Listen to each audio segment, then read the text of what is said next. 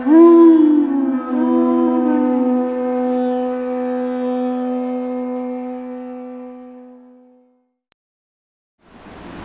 Namo Bhagavate Vasudevaya.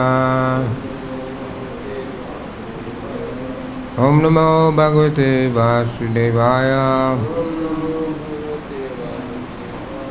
Om Namo Bhagavate Vasudevaya.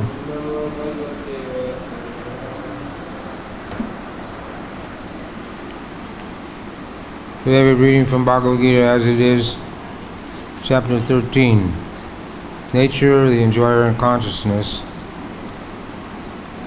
The third verse, we'll chant the third verse. There's 1, 2, 3, 4, 5 verses, 8 to 12.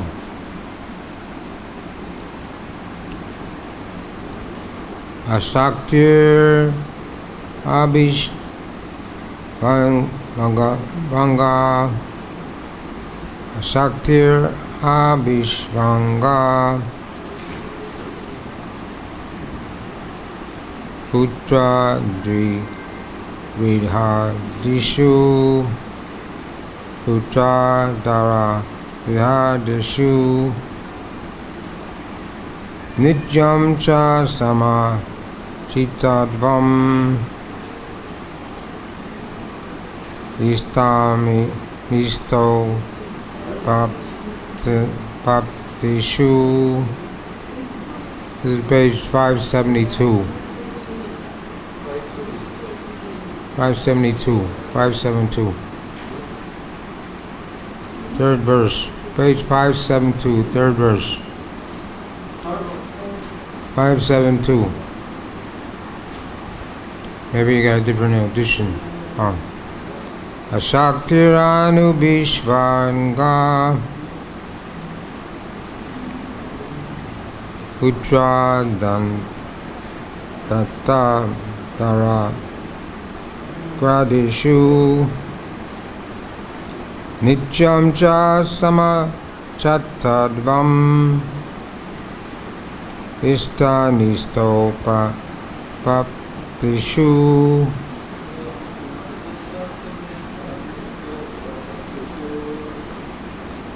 Shaktira Vishvanga Praptir Dara Vihadishu Nityam Cha Samasatya Tidvam Adasti. The text number 8 to 12, page 572, 13, chapter 13, text 12, text 8 to 12.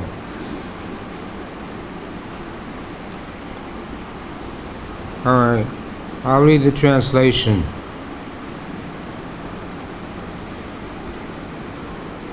Everybody's with me? 573, page 573. Nature, enjoyer, and consciousness. Humility, pridelessness, non-violence, tolerance, simplicity, approaching a bona fide spiritual master, cleanliness, steadiness, self-control, renunciation of the objects of sense gratification, the absence of false ego, the perception of the evil of birth, death, old age, and disease, detachment, freedom from entanglement with children, wife, home, and the rest. Even-mindedness amid pleasure and unpleasant events, constant and unalloyed devotion to me, aspiring to live in a solitary place, detachment from the general mass of people, accepting the importance of self-realization, philosophical search for the absolute truth. All of these I declare to be knowledge. Besides this, whatever there may be, is ignorance.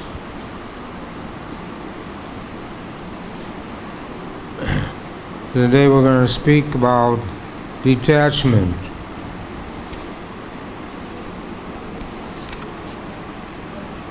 is on page 576. Yesterday was one should try to understand the distress of accepting birth, death, old age, and disease. So as for detachment, you find it? Page 576. Bottom of the page. As for detachment from children, wife, home, it's not meant that one should have no feelings for these. They are natural objects of affection. But when they're not favorable to spiritual progress, then one should not be attached to them. The best process for making a home pleasant is Krishna consciousness. If one is in full Krishna consciousness, he can make his home very happy, because this process of Krishna consciousness is very easy. One need only chant Hare Krishna, Krishna Krishna, Hare Hare, Hare Rama, Rama Rama, Hare Hare. Accept the remnants of foodstuff offered to Krishna. Have some discussion on books like Bhagavad-Gita and Srimad Bhagavatam. Engage oneself in deity worship.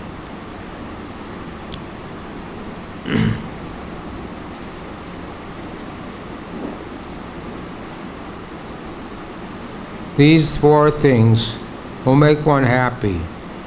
One should train the members of the family in this way. The family members can sit down morning and evening and chant together Hare Krishna, Krishna Krishna, Hare Hare, Hare Rama, Rama Rama, Hare Hare. If one can mold his family life in this way to develop Krishna consciousness, following these four principles, there's no need to change from family life to renounced life.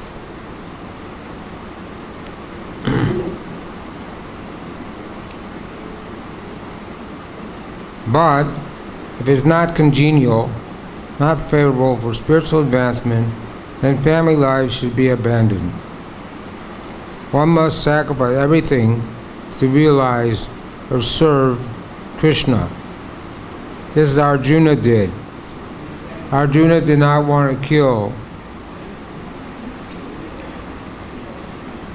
Arjuna did not want to kill his family members, but when he understood that these family members were impediments to his Krishna realization, he accepted the instruction of Krishna and fought and killed them. In all cases, one should be detached from happiness and distress of family life, because in this world, one can neither be fully happy or fully distressed. Happiness and distress are concomitant factors of material life. One should learn to tolerate. As advised in Bhagavad-Gita, one can never restrict the coming and going of happiness and distress. So one should be detached from the materialistic way of life and be automatically composed in both cases. Generally, when we get something desirable, we're very happy. When we get something undesirable,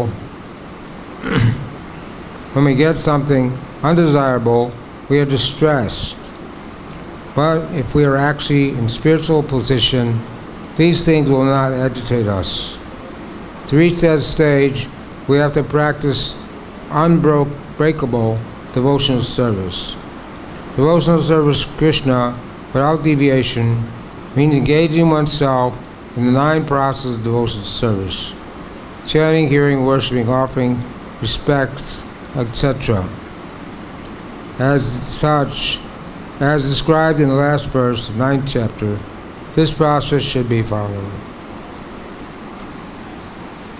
Omar Yanatram Dasya Janastakaya Shakshu Mutam Jena Tasmei Shri Gurve Namaha Sri Chaitanya Manobhistam Stapitam Yena Bhutale Swayam Rupa Gadamayam Danti Swapadantikam.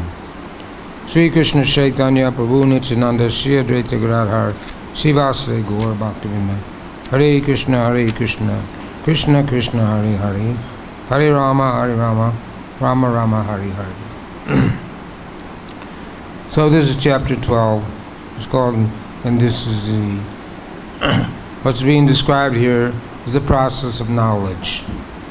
Knowledge means to know the difference between spirit and matter and the control over both. Not material knowledge. People go to school to get an education and they get some knowledge. But that is the knowledge, that is impermanence, that is mode of ignorance. Because they only get knowledge how to get some technical training so they can get a job, make some money for sense gratification. So generally people are interested in Dharma, Artha, Kama, and not even moksha, but Dharma, Artha, and Kama. We form some religiosity, to get some economic development, to get sense gratification. The people are interested in nowadays. So this is the definition of knowledge. So Lord, there was one yogi or sadhu who was meditating every day, and while he was meditating, a mouse came and was eating his copans. So he didn't know what to do. So he got a cat. But then the cat was hungry. Cats like to drink milk. So he got a cow. But then he had to take care of the cow. So he got a wife. And then the wife wanted children and a house. And then all this other paraphernalia came along with it, and he forgot about being a yogi. He forgot about his meditation. So this is what happens when one takes the household life. When so many, instead of becoming detached, one becomes acquires so many attachments. But Lord Rishabhdev says in the 5th canto, Srimad Bhagavatam, that one should not become a father, a mother, a worshipful demigod, a guru, a husband, unless he can deliver his dependents from the cycle of repeated birth and death. So before one goes into family life, one should consider this verse very seriously. And of course, most people don't consider this verse very seriously, and because they want to get married, so they get married. But the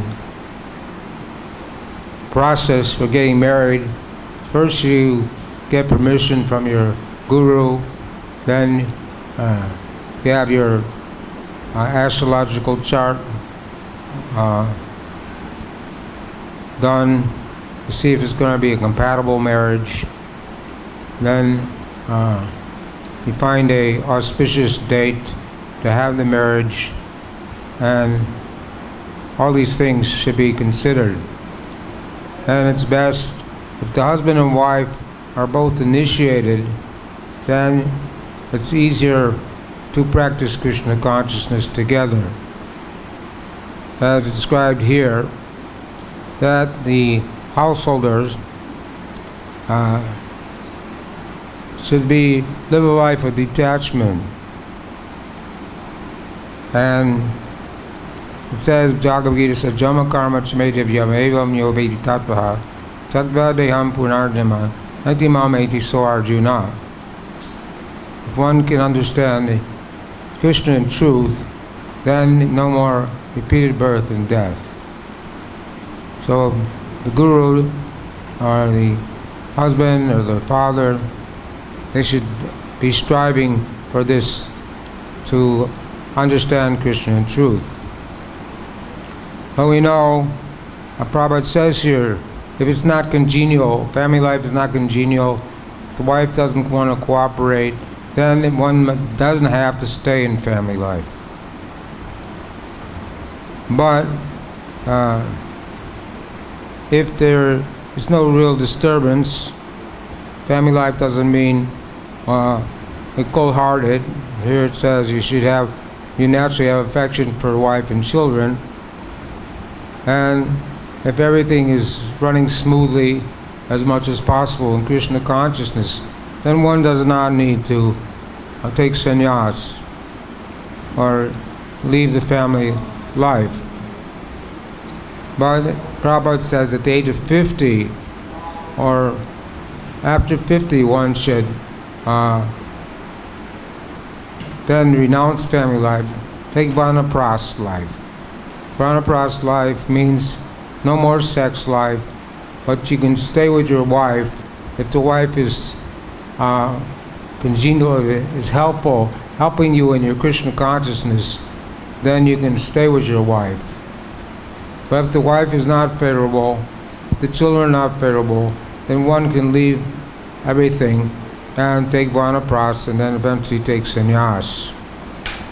So Prabhupada himself stayed in his family till he was over 50. And one day he came home and was looking for his Bhagavatam. He couldn't find his Bhagavatam. So he asked his wife, where's my Bhagavatam? And she said, well, there was no money in the house, and I needed some tea biscuits. So I traded your Bhagavatam for tea biscuits. So Prabhupada said, you have a choice. You can take tea or me. Of course, she thought Prabhupada was joking. But she decided that tea was better than keeping Prabhupada. So Prabhupada left home and took Vanapras and sannyas and sannyas. So that wasn't favorable. Prabhupada's wife, children weren't interested in helping him in his preaching. So he left his family life.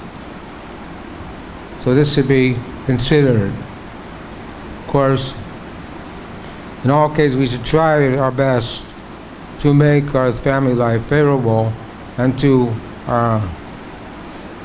try to keep the family Krishna conscious. When Lord Chaitanya was traveling in South India, he met one Brahmin whose name was Kurma. And the Brahmin said to Lord Chaitanya, I cannot tolerate the pangs of family life. You please take me with you. The Lord Chaitanya said no. He said, Yare dake tare Krishna Krishna Upadesh, Amar Agya Guru Tare Desh. Instruct everyone to follow the order of Lord Krishna as they are given in Bhagavad-Gita and Srimad Bhagavatam. In this way, become a spiritual master and try to liberate everyone in the land. And he said, if you follow this instruction, your material life at home will not obstruct your spiritual advancement. Indeed, if you follow these regulations and principles, we'll again meet here. Rather, you'll never lose my company. So this was the instruction given to the Brahmin Kurma. And wherever Lord Chaitanya went in South India, traveled for 6 years in South India, he gave everyone the same instruction. That one should not leave family life prematurely, but it should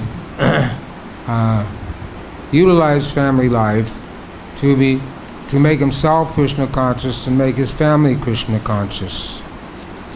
And in the nectar of devotion,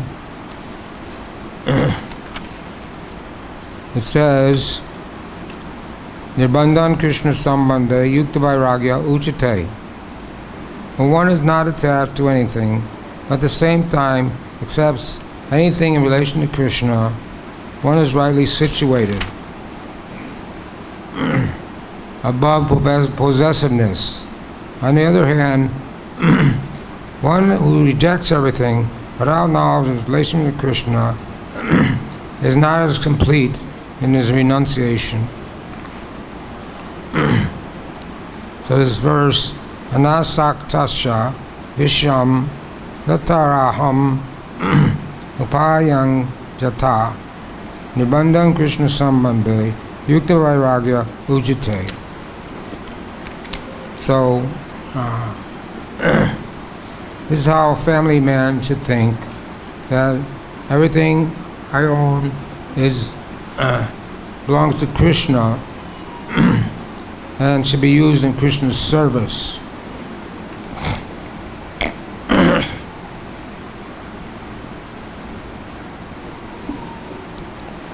And Rupa and Sanatana Goswami,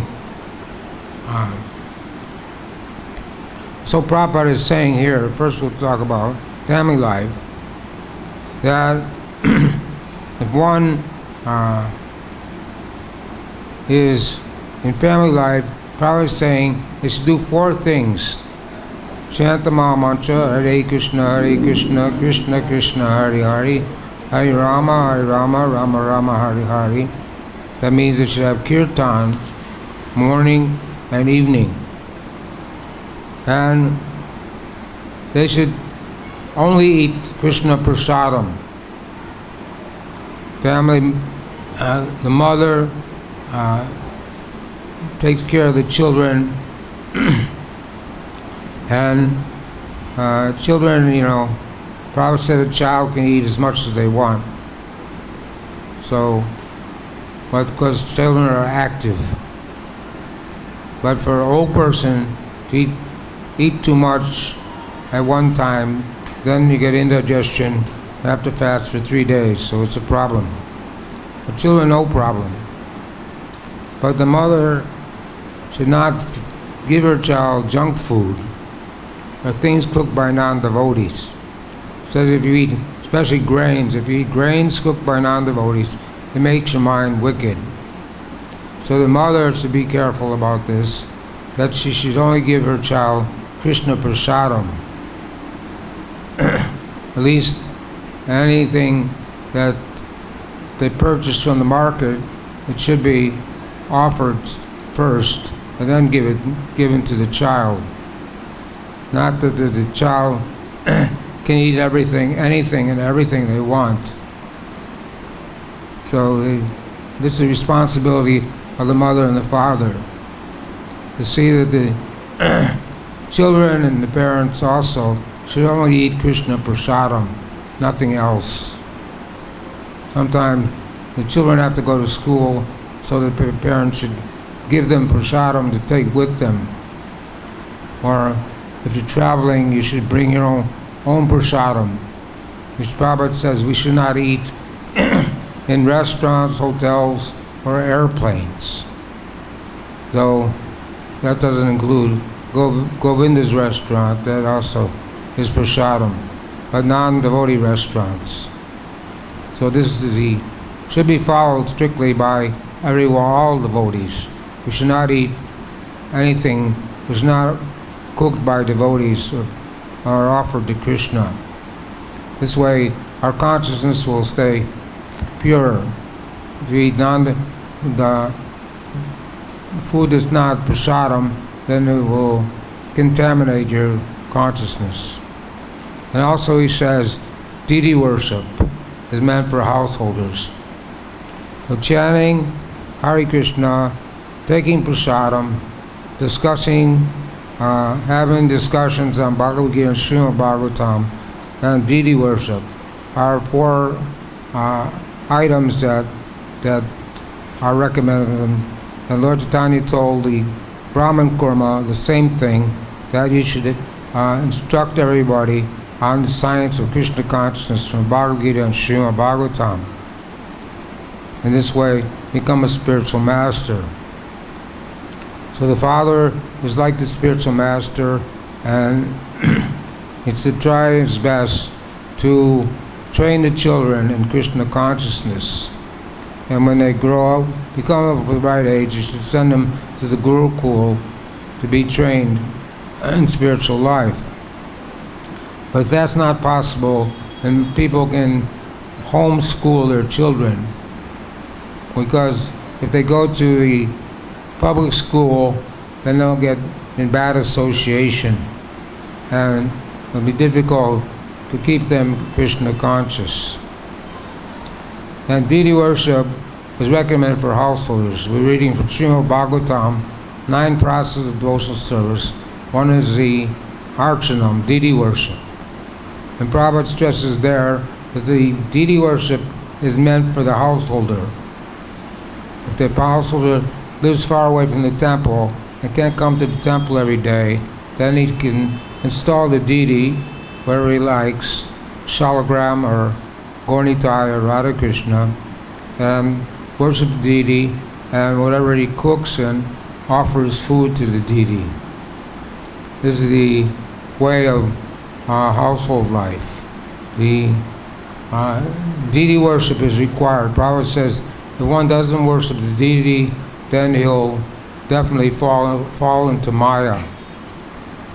So deity worship requires that we have to do some puja every day, and then we keep ourselves clean. Prabhupada also stresses that in the Bhagavatam and the purport, the householder should be very clean.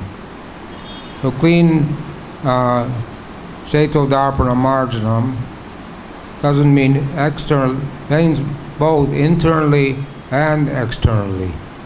So internally we clean our heart by chanting Hare Krishna, and externally we keep ourselves clean by regularly bathing.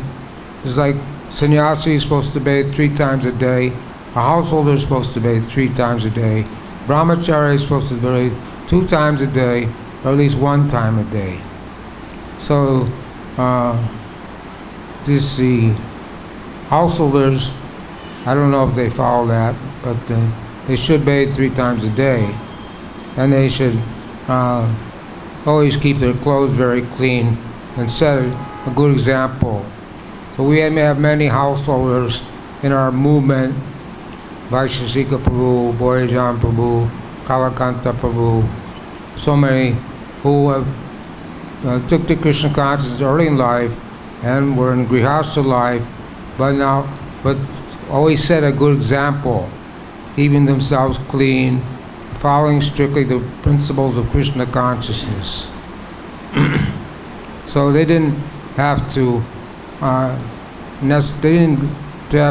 to take sannyas, but they still took up the role of initiating people, initiating spiritual master, but they did follow this program of detachment. And after 50 years old, the Vanapras stage, the husband and wife may stay together, but generally they don't live together. Mostly they stay together and for preaching and spreading Krishna consciousness, but they live separately and don't have no any more sex life. Sex life is forbidden after 50 years of age. So it says here that if the family is not congenial, Prabhupada writes 2 times. It says in the case with Arjuna that he didn't want to fight it with his family members, because the Kurus were his family members. The Kurus and the Pandavas were all from the same family. But when he found out that his Krishna consciousness was being disturbed and that it was favorable for him to fight, then he did so. So in the same way, if the husband and wife live together favorably, then they should stay together. But if either the husband or the wife is not following Krishna consciousness, then they can separate. It's not, one has to stay with the family. So to be in a family life and be detached at the same time is not very easy. Brahmachari life is easy to be detached because you don't own anything, or own very few things. So there's nothing to be attached to. In household life, more and more, we collect more and more. But a householder, Rupa and Sanatana Goswami, when they retired from household life, they gave 50% of their income to the Brahmins, 25% to the family members, and 25% they kept for emergency. So even in family life, Prabhupada wanted that all the families to give 50% of their income to the Krishna conscious movement. But today, this day and age, in Kali Yuga, with inflation and everything costs so much and it's so difficult for householders to do that. So I don't know if they can do that. But there was one Kulavechya Sridhar who lived in Navadvip, and his occupation was selling banana leaves, and banana stalks and banana plates, things made from the banana tree. And his income was pretty meager. But in either case, he gave 50% of his income for the worship of the Ganges every single day. So Mahaprabhu went to him and said to Kulavechya Sridhar, I see that your neighbors are Shakti worshippers, worshipping Durga, Katyani, Shiva, and they're all have nice houses, nice clothes, living very comfortably. But you don't have these things. So how can you explain that? And he said, I have clothes. They may not be the right size. They may have some holes in them. And I have a house here, but it may have a hole on the roof. So I use an umbrella when it rains. But I'm happy this way. Because he was a Krishna Bhakta. And he sacrificed comfortable living. He kept his life simple and only accepted the bare necessities of life. But he remained a devotee of Krishna. Because you can worship the demigods, but that's what lesson told them, people. And if you worship the demigods, you get the results. They give you opulence, give you things, but you don't go back to Godhead. You can't get out of the cycle of repeated birth and death.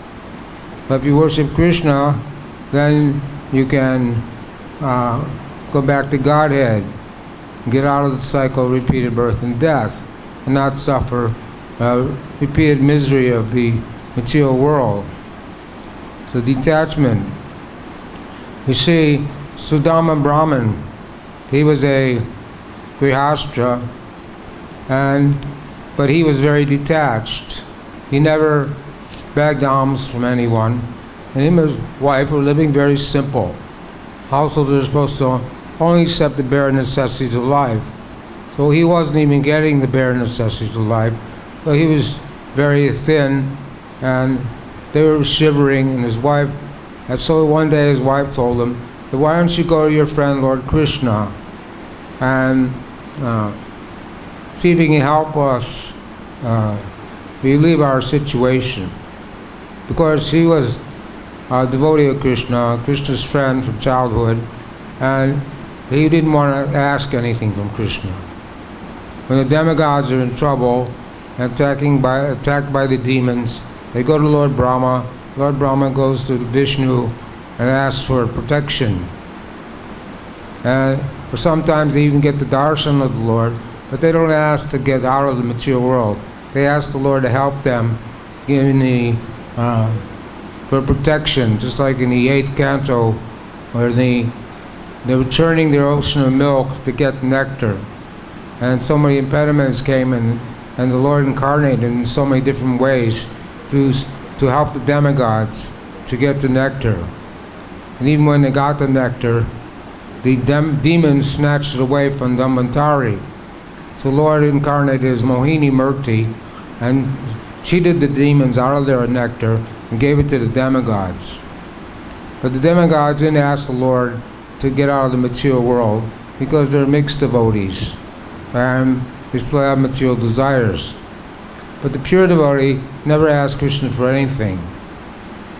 Lord Chaitanya prayed, Najana Sindarim, Kabichanva Jagishware, Mama Jami Jaminishware, Bhagavad Bhakti Haitakritvari. I don't want a beautiful wife, I don't want wealth, I don't want any followers. All I want is your causeless devotional service, birth after birth. So this is real detachment. But we don't want anything else but pure devotional service. It says, even if one devotee is in heaven, but he can't serve Krishna, then it's hell. But if a devotee is in hell, if he can serve Krishna, then it's heaven. So a devotee is happy to serve Krishna in any condition, whether it be in heaven or hell. And Bali Maharaj was a perfect example of someone who was detached. He was the king of the demigods. He conquered over the king of the heaven, King Indra, took over King Indra's post, and he ruled everything in the material world. But then Lord Vamandev came in disguise as the brahmachari, dwarf brahmachari. So he asked Vamandev, what can I give you? So Vamandev said, I want 3 paces of land, or 3 steps of land. So, of course, Bali Maharaj was magnanimous, and the Brahmin asked for some charity, you should always give it.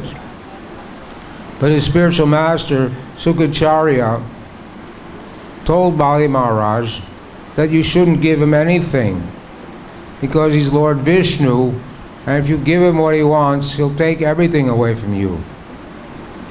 So Bali Maharaj rejected Sukacharya as his spiritual master because he didn't give him proper instruction. Because when Krishna asks for something, or a Brahman asks for something, you should give it. If you make a promise, you should never break your promise. If you promise to give something to a Brahmin, then you should never break your promise. Even Sukacharya gave him so many reasons why he could break his promise. But Bali Maharaj decided that better that he become a penniless beggar than break his promise. So, he used 9 processes of devotional service. The last process is to surrender everything. So Bali Maharaj is the example, someone who surrendered everything. And then Vamadev, he took his 2 steps, covered all the material and spiritual material world. There was nothing left. So he arrested Bali Maharaj and tied him up with a snake rope and said, you have not fulfilled your promise. You promised me 3 steps and I only got 2. So what should I do? So how are you going to give me a third step? So Bali Maharaj said, you can put that on my head. You put your foot on my head for your 3rd step. So he arrested Bali Maharaj, seemingly something that was unjust and contrary to religion. Bali Maharaj was a surrendered soul, great devotee. You wouldn't expect the Lord would treat him in that way. But then he told Bali Maharaj that you should go down to the heavenly hellish planets, to Loka, and live there. and he gave him more opulence than the king of heaven, and he became his doorman, so he protected him if any demons came to attack. So in this way, Bali Maharaj was not the loser. He got so much opulence, but even though he got opulence, he didn't misuse it. He still maintained his Krishna consciousness. In the same way, Sudama Brahman went to Krishna, and he didn't ask Krishna for anything. But Krishna treated him like a friend, offered all respects to him, and Sudama Brahman had brought some chipped rice, which was old and stale, not very nice, but he had to bring something to give to his friend. So Krishna took one morsel of that chipped rice, and the goddess of fortune, Rukmini, told him, don't take more. She was afraid he was going to get a stomachache or indigestion. And she said that one morsel is enough to satisfy all the whole three worlds. So then when Sudama Brahman went back to his village, it wasn't there anymore. And what was there was the palatial building with many maidservants and opulences, and his wife had got a rejuvenated body, and then he got a rejuvenated body, and he lived there in great opulence. But in both cases, Bali Maharaj and Prahlad Maharaj, or Sudama Brahman, they became opulent, but they didn't misuse their opulence. They still utilized everything they had in Krishna's service. Like Maharaj Ambarish, Savaya Namaha Krishna Paravindayo, he surrendered everything everything he did was for the service of Krishna. And he practiced all the 9 processes of devotional service. And in this way, he utilized everything he had for Krishna. Nirbandhan Krishna Sambandhe, Yukta Vairagya Uchite. So Prabhupada also had so much opulence, so many things, so many different rooms all over the world, but he didn't stay in one place very long. He said that he was cursed by the parents of his disciples. So he's hoping that the sannyas disciples would take that curse on their head so he could stay in one place and translate Srimad Bhagavatam. But Prabhupada was not. They got him a nice car, they got him a nice room, so many things, but he was never attached to any of these things. He just accepted as Krishna's mercy. So here it says whether one is in happiness or distress, one should be always equal posed. Dhira statan muyate. So we have to learn tolerance in the face of happiness and distress. Generally, if you get something, someone inherits a lot of money, is very happy. If some thief comes and takes it away, then he's unhappy. But devotee should be neither happy or unhappy, should be equal in all circumstances. But unfortunately, a neophyte devotee, if he inherits a big amount of money, he may leave Krishna consciousness. So this is not the mercy of Krishna, but this is the gift of Maya. But if one gets the opulences, but he uses it for Krishna's service, then it's the gift of Krishna. So, just like Ambarish Das has millions of dollars, and he's using that to build the Mayapur temple.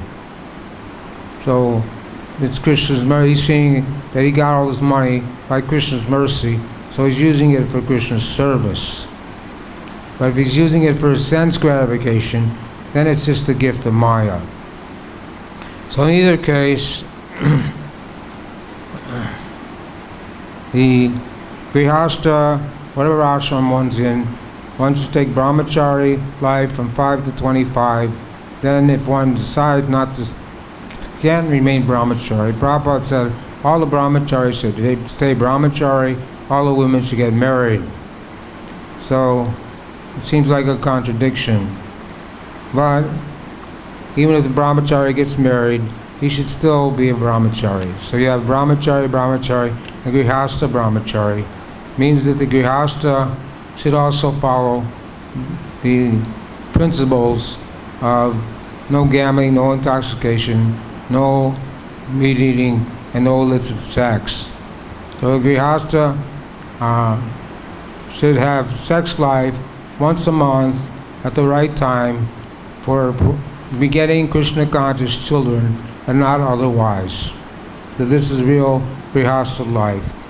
Unfortunately, most grihasthas in our movement can't follow this principle. When Bindu Sarup Prabhu made a survey in America, he said only 25% of grihasthas were actually able to follow the principles. So I don't know about India, but it's difficult because it says in Bhagavatam, when you put the pot of ghee in the fire or a pot of butter in the fire, it's going to melt. You can't stop it from melting. So if one has in a close association with a woman, then senses will become agitated and there's every chance of falling down. But one should come to the level of Brahma Bhuya Kalpate, and that means one should be fixed and not fall down in any circumstance. And this way attain to the level of Brahman. And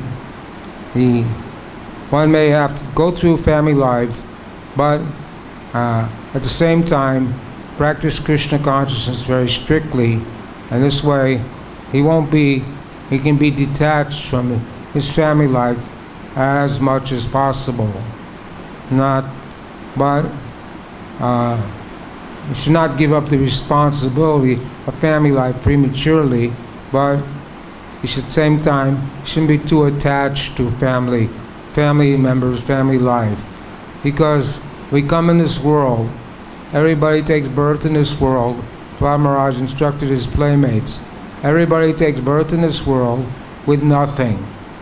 And then at the time of death, you can't take anything with you. The fallible soldiers are the wife, the children. They can't save a man at the time of death. The doctor can't save him. One man was dying. He said to the doctor, "Give me 4 more years. I'm not finished my business." The Prabhupada said, "What is this nonsense business? Doctor cannot give you 1 more minute." And even when you die, you can't take anything with you. Your bank balance is not going to save you. Your big house is not going to save you. Your car is not going to save you. None of those things actually ever belong to you. You were given those things by the arrangement of Krishna or material energy to use, but when you die, you can't take anything with you.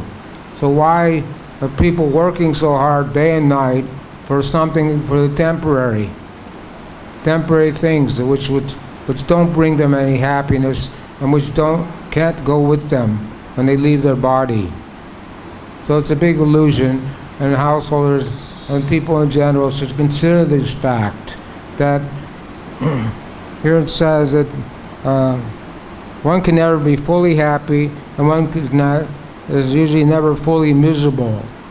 So even if you're trying to be fully happy, you can't be fully happy. Even if a rich man gets sick, then he can't eat. If you have all the money in the world, if you get a fever, you can't eat. So your money doesn't help you at that time. So one may have so many things. One devotee has a friend who became a millionaire in New York. He can have anything he wants. He has so many cars, so many apartments, boats, this, that. But he told the devotee that your life is better than my life. You're living a simple life. Krishna consciousness is simple living, high thinking. He said, I think your lifestyle is better than mine. He says, I'm a millionaire, I got so much money, but I can't sleep at night. I'm in so much anxiety all the time. As soon as you get a lot of money, then people are always bothering you for donations, People, you're always worried about someone who's going to steal your money, so many problems. So it may seem a good idea that I can get $1 million and live comfortably, but it doesn't work like that. When you get $1 million, you get more problems, and people then you're not satisfied with that. You want to have $2 million, then you want to have $1 billion. So either case, this Krishna consciousness lifestyle is the simple living and high thinking. This is the way to be detached from the material world. We only accept what is necessary for living peacefully, living comfortably in Krishna consciousness. And Prabhupada made the Society for Krishna Consciousness so devotees can live together and only associate with devotees. In this way, maintain our Krishna consciousness. And the junior devotees can take help from the senior devotees. Also the devotees, people who are having problems, should take advice from those devotees who are senior devotees, who can give them guidance. Otherwise, we should not go outside Krishna consciousness. We stay in Krishna consciousness and follow the principles. And Prabhupada says here that devotional service to Krishna without deviation means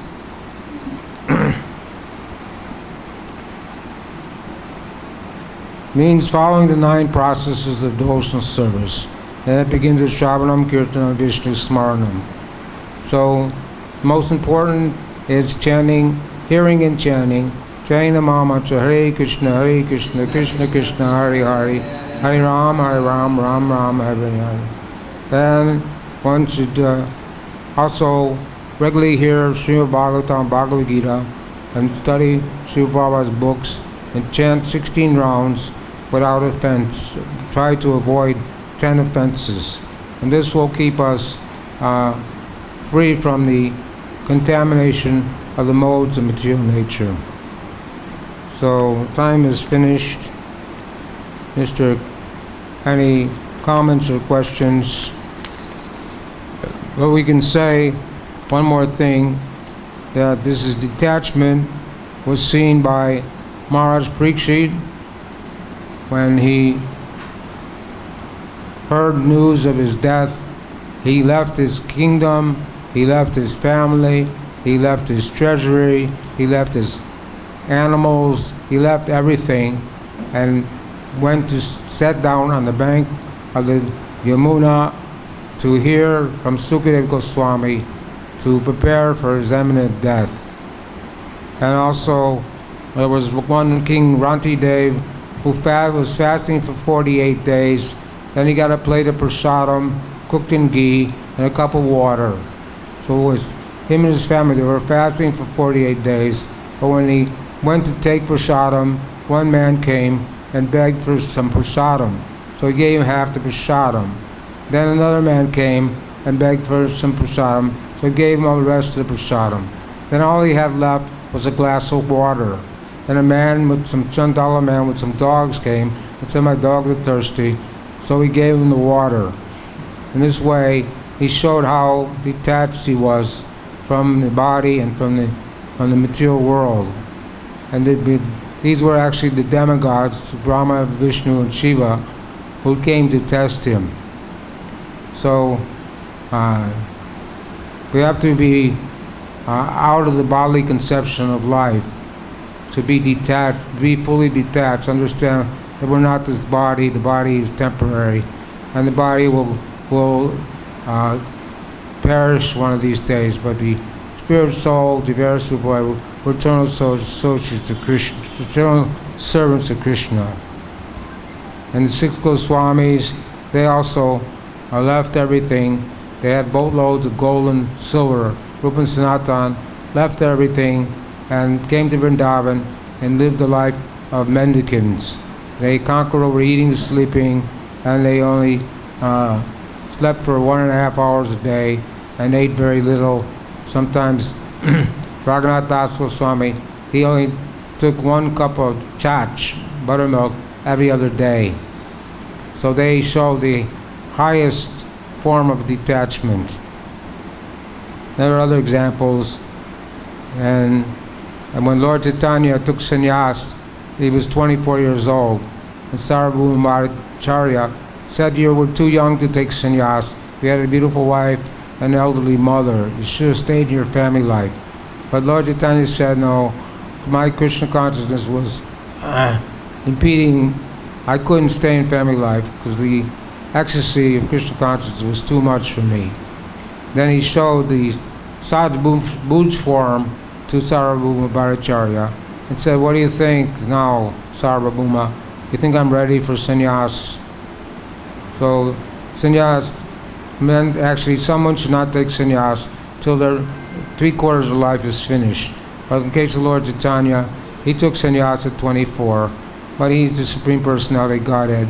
But he came in the guise of a devotee, Bhakti Avatar, and showed how one should live as simple as a sannyasi.